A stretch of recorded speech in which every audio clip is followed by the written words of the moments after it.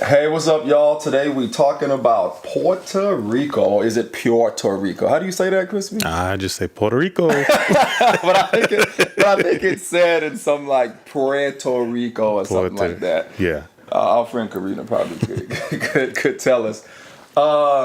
Yeah, guys, it's the HPR Chronicles. First of all, I want to say that we're going to start airing on Wednesdays instead of Mondays. We're going to go every Wednesday starting this coming Wednesday, which is May, what's that, the 2nd or something like that? No, if I look at a calendar, I think it's May 2nd. Or, no, I'm sorry, next Wednesday. Next Wednesday, which would be first, would be the 7th, right? Would be the 8th, yeah. 8th, okay. So starting May 8th, we're going to be every Wednesday after that. It's the HPR Chronicles with Shakur and Smith. I'm a film director. Crispy works for the VA. He's an Army vet. We just like history, Yes. you know, and decided to do a cool podcast to just bring it to you guys plain and simple. We're not about, we're not pro-black or pro-white. Correct. We're just pro-truth. I like to say that. We just try to gather facts and just bring it to you guys in like bullet points. Sometimes in a cool, funny way, or sometimes it's serious because these are serious subjects we're actually tackling. But we want the kids, high schoolers, middle schoolers to be able to just tune in, even parents. If you want to just give your kid, hey, you want to hear what they said about Puerto Rico? Here it is, and like some bullet points, a 30, 40-minute session. Exactly. But we try to be as detailed as possible. Sometimes you're going to see us fight. Sometimes we won't fight.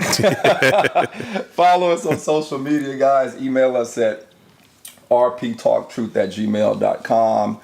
And everything will be in the description. And I want to thank all our listeners on Spotify and iTunes and Google Play and Stitcher and Buzzsprouts and all the cell phone and iPhone and Android apps, the podcast apps. Thanks to all those listeners. Yes, thank you. Yeah, keep checking in and hitting us with some likes and all that good stuff. Once again, don't forget to subscribe. It's the HPR Chronicles. So let's get into it, man. Let's talk about Puerto Rico.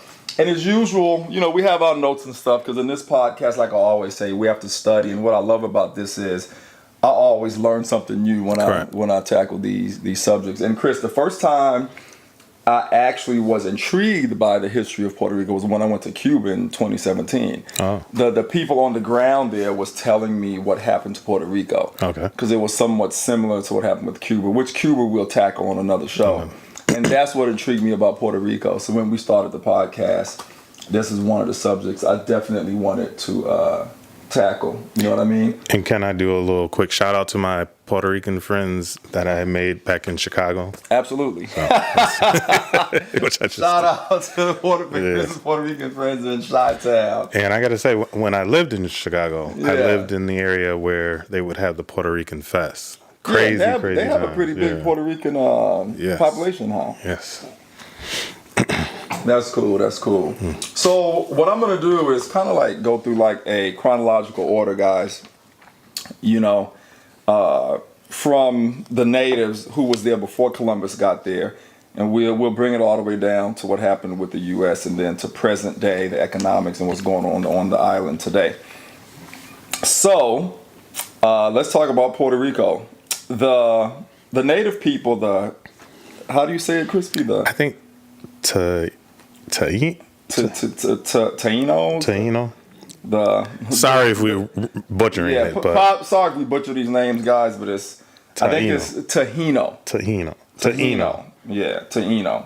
Yeah. So they were the natives of that land, and they were there 1,000 years before Columbus arrived. Okay. The Taíno called it Boriquén, however you would say that. Yes. Boriquén. Again, sorry if we're butchering these names, guys. You guys could look this stuff up. And refer to themselves as Boricuas, a term that is still used today. And the funny thing about this is I had no idea that that's where the term Boricua came from. I actually dated a fine Puerto Rican girl in Miami, man, back in the day, and they would call her a Boricua. And I had no idea that this term came from the natives that were there 1,000 years before Columbus. It's crazy. So anyway, it's 1493, and here comes Christopher Columbus to claim what wasn't his for Spain. Mm-hmm. And he decided to call it San Juan Bautista. Okay? And of course, so that they could get things going and produce crops like sugarcane, ginger, tobacco, and coffee, Spain started to bring more slaves from Africa in the 16th century. Now, anytime you want to stop me to interject anything, let me know. Okay. I'm just going to kind of go through it for the audience. Sounds good. Okay, so now let's flip to the 19th century. By the mid-19th century, a lot of people preaching independence in Spain's South American colonies got to Puerto Rico. Now, guys, remember, Spain also colonized and conquered South America, which is why they speak Spanish, which is why everybody in Puerto Rico today speaks Spanish. Just to give you guys a little history, this is why the Mexican people speak Spanish. So a lot of those people that were about independence came from those Spain, South American colonies, and they came to Puerto Rico. By 1868, some 600 of those people attempted an uprising in the mountains of Lares. Though the Spanish military officially squashed the rebellion, Puerto Ricans still celebrate El Grito de Lares as a moment of great national pride to this day. You know what I mean? Kind of similar to what we talked about Juneteenth, how we should celebrate, what happened after Texas. So it's similar to that, which is really cool. So that's 1868 when that happened. So in 1873, slavery was actually abolished in Puerto Rico, but for some strange reason, a good reason, the plantation economy persisted. Yeah, it actually was still healthy even after they abolished the slavery. Go ahead. Let me add this part: is not only did after the slavery was abolished, they paid each owner 35 million pesetas. I think that's what it's called, and per slave. I mean, again, so again, everything. Oh, so that's why it flourished. Okay, that makes sense. And on top of that, for 3 years, people who were slaved had to continue being slaves for 3 years. So even though you're like, you're free, not for 3 more years. So. Oh, okay. Even though they paid them? No, they paid the slave owners 35 million per slave. Oh, interesting. Yes. Again, as we've seen how people get paid off for losing the ability to keep others. Yeah, keep others in bondage. In bondage, yep. Wow, that's interesting. Very interesting. So now let's flip to 1898.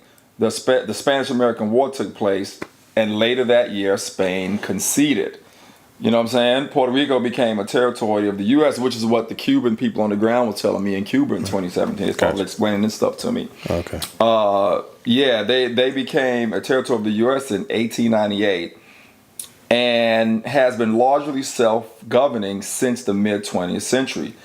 So Puerto Rico has a population of 3.4 million people and a rich culture, of mixed people of Spanish, United States, Afro-Caribbean influence because of the slaves that came in the 16th century. So at that point, it became a commonwealth. Now, a commonwealth is an interesting term and an interesting word. Literally the Latin word means well-being, common well-being. Now, the other definition of a commonwealth is an independent country or community, especially a democratic republic. So even though they're calling Puerto Rico a commonwealth, guys, it's not really independent, which I'll explain further. And I'm actually going to read an excerpt from one of the links Chris sent me when we were doing research, and it says, Puerto Rico is currently a commonwealth of the United States. The Office of Insular Affairs, did I say that correctly?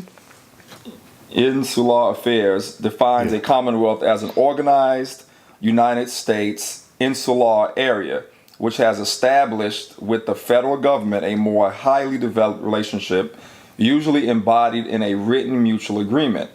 This is not to be confused with an unincorporated territory. a United States insular area in which the United States Congress has determined that only selected parts of the United States Constitution apply in organized territory.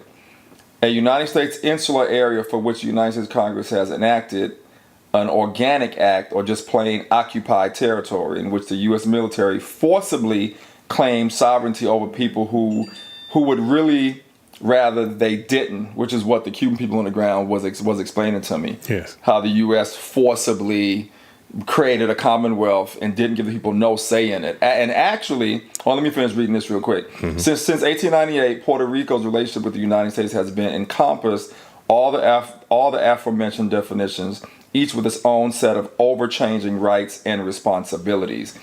And what I was further, you want to say something real quick? No, go ahead. Okay, so what I further wanted to say was that the part I left out that I figured I'll just explain in my own words is that when this happened and it became a commonwealth and they took over the territory, 99% of the people didn't agree with that. Just okay, Spain, you guys had us, now the United States have us, and they didn't even consult with the people. The people didn't even matter. Yeah, they didn't get an option on it. Get an option but I don't know on that anything. I guess I would say, yeah, they and I agree from what I read that once it went from Spain to United States taking over, they were kind of like when they were being controlled or whatever by Spain, they actually had probably more independence towards the end of it, is what I kind of saw or read out there. So yeah, I could see where I'd be upset. Like we had, we're starting our own little thing. Things are going well. You have this war. We end up being.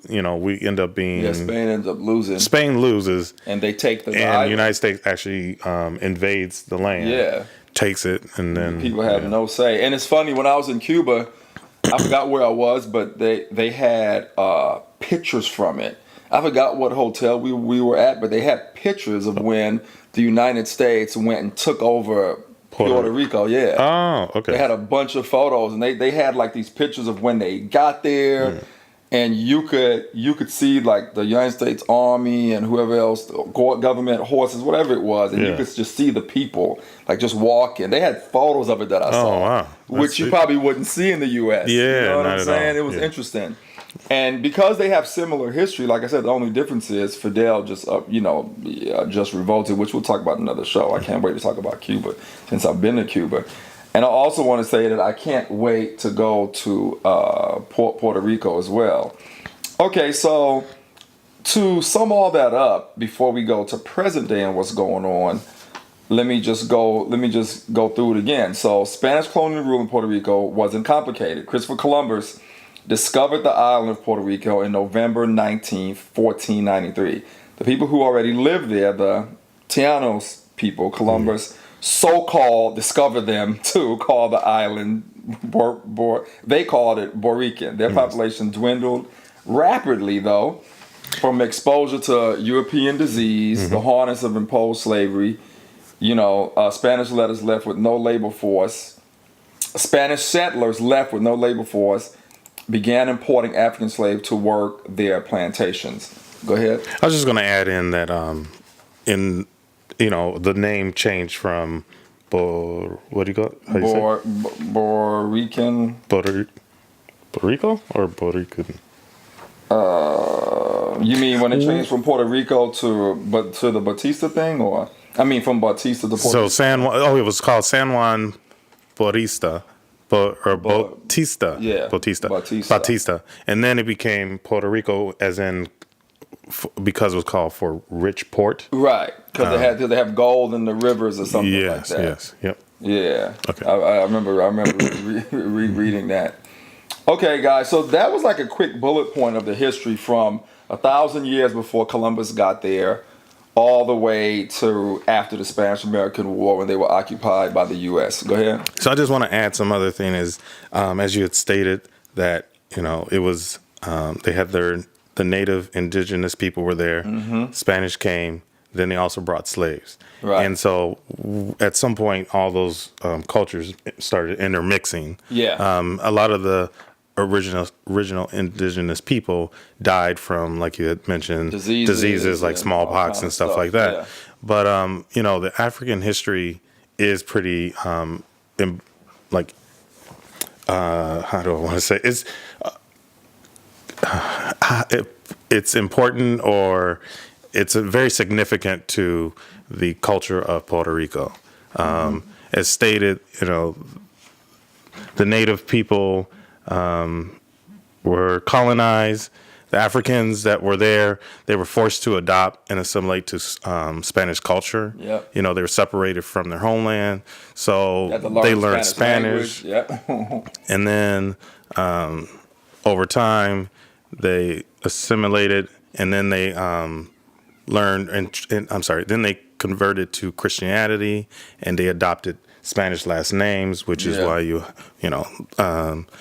and what I was reading that I didn't bring up was they forced Christianity on them. One of the videos I watched the other day, yeah. Well, it just says that even though Africans assimilated to the Spanish cultures, they still found ways of keeping their own traditions. Right. So they would blend the African religions with Christianity, and Christianity, yeah, that's a tongue tie, right? Yeah, there. And infuse their language with the Spanish language too. Yeah. So big African American or not African American, just African history, or the whole, by bringing them over, really changed the landscape of the culture. Oh, of course, just like it did in Cuba. And what's interesting is when you look at the news and stuff, you hardly see any of the blacks that are there, but there's a lot of black people there. Yeah, you do. Yeah, I mean, you're right. It's just like when you look at stuff about Cuba, you don't see a lot of black people there. And when I went, I saw tons of black people. I mean, I agree. Most of the time, anyone you see is going to be pretty light. Yeah, they never show. It's rare you see the dark people that were brought there. It's crazy, man.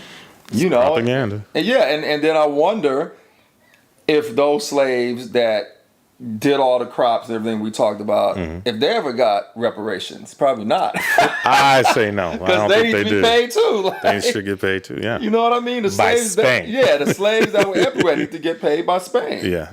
Yeah. It's crazy. The same way the French gave the Germans reparations for playing their part in whatever what we talked about before was a World War II or whatever they did. They played their part in it. It's the same way Spain needs to pay the Africans in Puerto Rico reparations for doing the crops. And you mean the Germans had to pay? Yeah, the French actually paid the Jews $60 million or something like that. Jews or German? I think the Germans. The French had to give the Jews reparations. Okay, got it. Yeah, I remember that. We can go back to the podcast, but I think I'm right though. But yeah, the same way they went, the slaves did the sugar cane, the ginger, the tobacco, the coffee. I bet they never got paid for that. Yeah, no. And they ended up giving. And then they ended up giving the slave owners millions, money instead of the slaves. Correct. Yeah. Oh, and kept them around for 3 more years. Even though it was actually abolished. Yeah. Wow. That's crazy stuff, people. But it to me it just seems like the same thing everywhere you go, every island you go, every country you go to. Yeah. It's the same thing. It's kind of amazing. Different place, same program. What these settlers did, man. Yeah. And they weren't settlers, they were occupiers, like when we were talking about in the other podcast. Anyway, so let's flip to present day. Let's talk about what's going on in Puerto Rico now. You know what I mean? So, because of their economy, which is horrible for a lot of reasons, they kept having to get loans to actually operate, right? Yeah. Yes. So the last time they paid on this loan, they owe $72 billion. Yeah, I've read that. Yeah, which is unfounded to me. Yeah. The last time they paid on the loan was $58 million. Was a $58 million bill, but they could only afford the interest, and they ended up paying $600,000 on that bill. It was a bill for $58 million. Guys at home, can you imagine getting a bill that says $58 million that you have to pay, and you pay the interest on it, which is $600,000? That's nuts. Crazy. Anyway, So basically, what happened, most recent, because of the economy, because of huge tax incentives to large corporations, which a lot of those companies were pharmaceutical companies. Yeah. 13 of the largest pharmaceutical companies in the nation had operations in Puerto Rico. When those tax incentives left, so did the corporations, then so did the jobs. So in 2006, guys, they had major job losses in Puerto Rico. When Congress phased out the incentives for those companies operating on the island. You know what I'm saying? Even though Puerto Rico owns $72 billion, unlike what happened in Detroit, they can't file for bankruptcy because Puerto Rico isn't considered a U.S. city or a state. Correct. Which is crazy. Now, if it was considered a U.S. city or a state, they could file for bankruptcy and get out of this debt they owe, which isn't even their fault. You know what I mean? Well, there is some discussion about mismanagement of money. Of money and stuff like that. Okay. With the government. That's fair. But when I say nothing, you look at it historically, how they got to where they are. You know what I'm saying? Yeah. America owns them, but don't help them and don't give them benefits like a real state or city. Of course, it's going to be hard for them to function, which I was going to get to at the bottom here. But it's but because of the economic peril in this town, over 50,000 people leave per year, and the ages are between 18 and 44. 50,000 per year leave Puerto Rico. You know what I mean? Which is like interesting, and they go to New York, Chicago, Philadelphia, Florida, but most of them go to New York. You know what I'm saying? Mm-hmm. So basically, America owns this territory, but they don't want to do things to help this territory. Yeah. They don't want to give them statehood, which would help, and they don't want to give them independence to do their own thing. Yeah. Well, you know what I'm saying? Not to mention, not to mention, Puerto Rico, they have the highest sales tax of any state, which is 11.5%, with over 45% of the population living under the poverty line. Wow. You know what I mean? It's just crazy to me, man. So now you kind of can understand why they didn't get help after Hurricane Maria, because it's not in America's interest to help this country. It almost seems as if America was like, oh, we took this piece of shit land, but let's just have them around. We don't really want them on there. We don't help them anything. Let's just have them there. Well, I would say, like to me. I think it's more of lack of education for just people. Like, okay, not that I didn't know some of the stuff about Puerto Rico. Well, there's a lot I didn't know about Puerto Rico. Really, I should say. And, not in realizing that Puerto Rico is a territory, I want to say I knew, but I'm not positive that I really understood I didn't it get all. it until I went to Cuba, right? And so it's kind of like, oh, that's part of it. So, they are citizens. Well, that's even been a discussion in itself too. Like they in 18 or 19 something, they authorized that they could be citizens of the United States and but they can't vote because they're not a part of the electoral college. Remember, we talked about that. Puerto Ricans received U.S. citizenship in 1917, and Puerto Rico officially became a U.S. Commonwealth, like you mentioned, in 1952. So, they can't vote. And then there's also this because they're not college.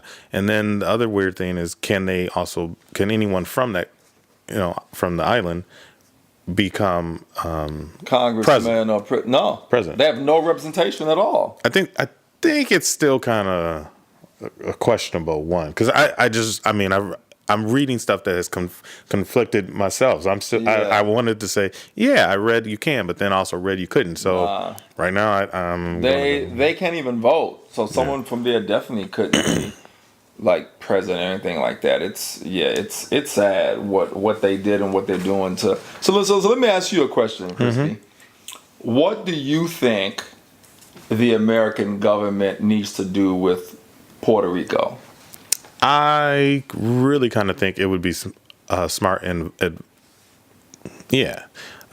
best thing would be to bring it in as a state.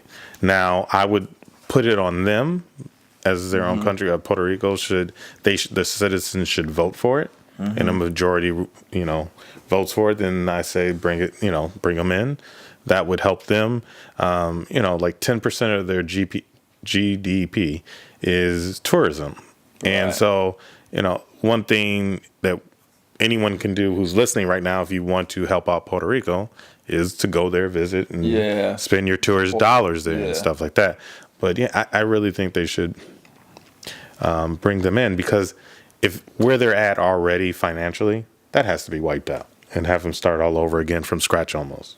Yeah. I mean, I personally say give them independence or statehood, or drop them. Or drop them. Yeah, leave them alone. Let them do their own thing. Either help or let go. Well, the one negative, I think, bail them out, make them citizens, give them a congressman and a senator to represent their state, bail them out, let them file for bankruptcy, start over, give them statehood. And independence and stuff, and support the island. I agree. I mean, you guys did all that to capture it. Yeah. For me, that's what's kind of weird. And there's still a military base. Why did you capture it if you're not going to support it?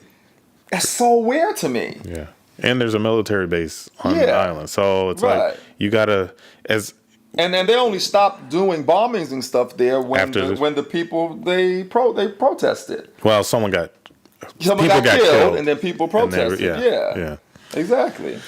It's like it just trips me out, man. Like, America, do the right thing. Well, like America, unfortunately, Puerto Rico still has racism today. It's been brought, and lately, and the biggest thing is since the Hurricane Maria, the racism that's been against that country is, even more pronounced or in the news, like, because of the fact, I hate to call him president, but Donald Trump, the way he's reacted to the disaster, like, he doesn't want to give them money to fix their place, like, or the country. Yeah, but if you look at it, they have a history of not doing anything for or helping Puerto Rico. Yeah. So I'm not surprised. Like, when I learned this stuff for the podcast, I'm like, no wonder they don't care. You know what I mean? And like I said, I got the whole inkling of it when I was in Cuba, and the Cuban people was explaining it to me and showing me stuff, and I was like, oh, seriously? But it makes sense. I mean, it really bothers me that they just don't want to help this nation that they decided to take. Why take a country and just go, oh, we don't care about you guys, just do whatever you're gonna do? Yeah. It's bad. You know what I mean? It's bad, man. You have anything else you want to add?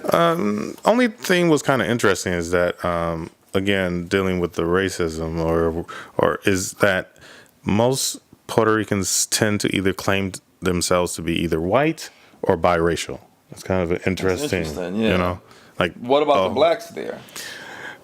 They probably go with the whole biracial part too. Or, I mean, because I think they probably still call themselves biracial because of the fact that they're speaking Spanish. Yeah.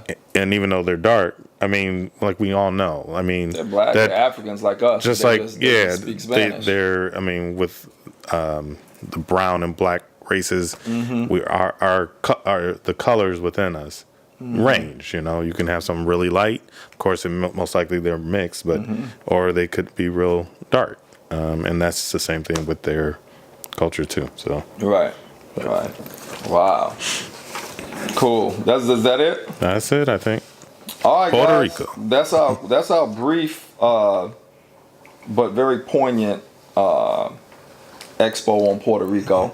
And I just want to say again, I think if you're understanding the economics and want to and feel like how can you help, again, it would be just going to visit and spending your tourist dollars, and not only for I haven't been there myself and I want to go. I've heard it's so beautiful. It's beautiful. Yeah. So at some point I do plan to go. I was doing a shout out to my friends back in Chicago.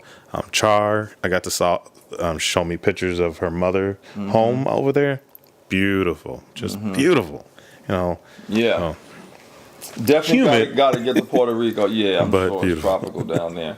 And it's also the largest Caribbean island. Oh yeah. You know, Cuba is the largest by population, which again we'll cover Cuba, but Puerto Rico is the largest Caribbean by landmass, Interesting. and it's the most eastward.